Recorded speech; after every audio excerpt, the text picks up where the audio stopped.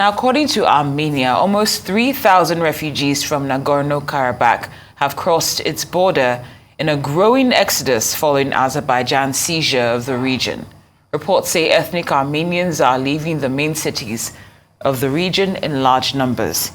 Azerbaijani troops have been tightening their grip on the territory after last week's rapid military assault. Later today, Azerbaijan's president is expected to meet his ally, that's Recep Tayyip Erdogan of Turkey, to discuss the situation. At least 32 people were killed in 24 hours of fighting before a ceasefire was agreed last Wednesday. Now, for more on this, let's bring in Arise chief correspondent John Cookson, who's monitoring developments from London for us. John, great to see you. Thank you for being here as always. What seems to be the latest coming out of Armenia about the fate of Nagorno refugees?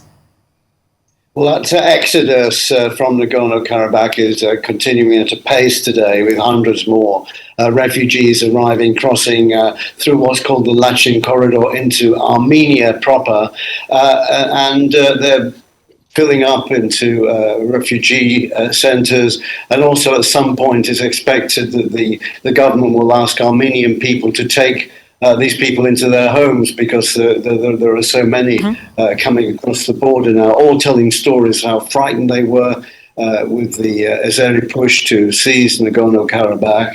Let's take a look at the region so we can see what we're talking about here. Nagorno-Karabakh is an enclave within Azerbaijan. Azerbaijan etched in grey, of course, there you can see on the map, and Armenia in white.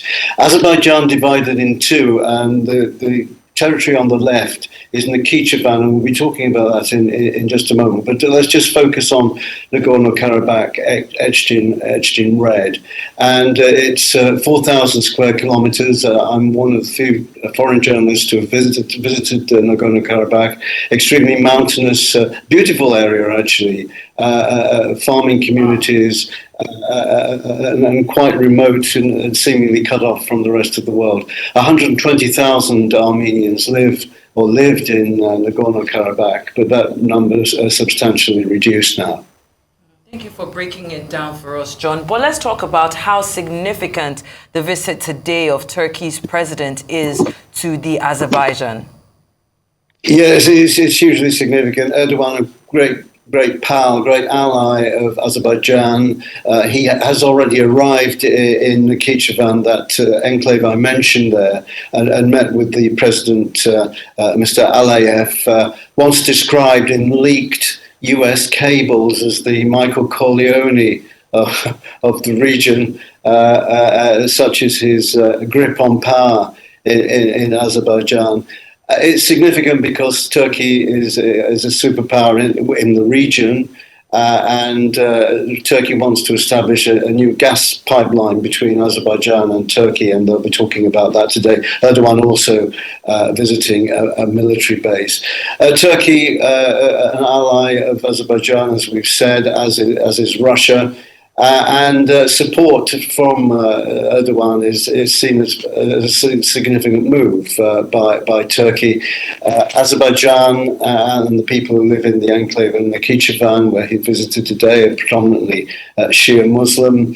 Erdogan has positioned himself in the world as a kind of a savior of Muslims in the region. So this support by Erdogan, by this visit, will be a big boost to the Azerbaijan regime. Well, John, what's been the reaction to the present crisis by the international community? Well, the Russians, of course, have an interest in both Armenia and Azerbaijan and keeping the peace there. The Russians have had peacekeepers there for decades. And interestingly, Sergei Lavrov, the Russian foreign minister, said that the Western nations should stay out of this particular dispute. The ceasefire, he says, will hold, and that's it. France today has thrown its weight behind Armenia. President Macron making a pro-Armenian statement today.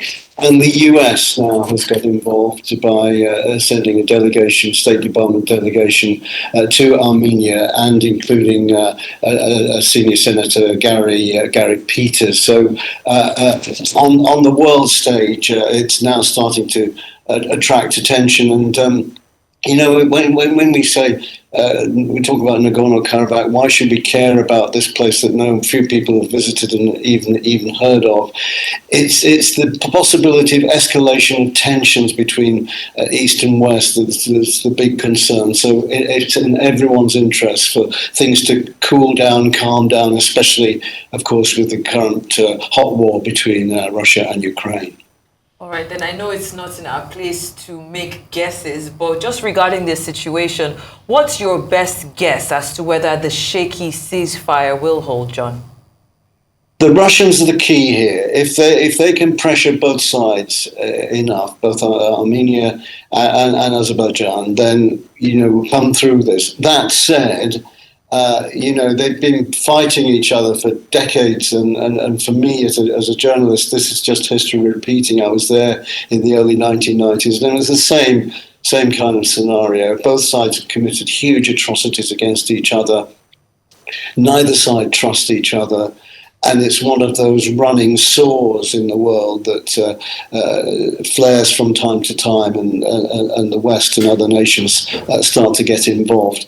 I suspect that the Russians will use a huge amount of pressure to try to calm things down. That's already going on, and let's hope that the ceasefire holds for the time being. We certainly hope that's the case. But for now, we'd like to thank you for your time and insight as always. Arise Chief Correspondent John Cookson. Thank you.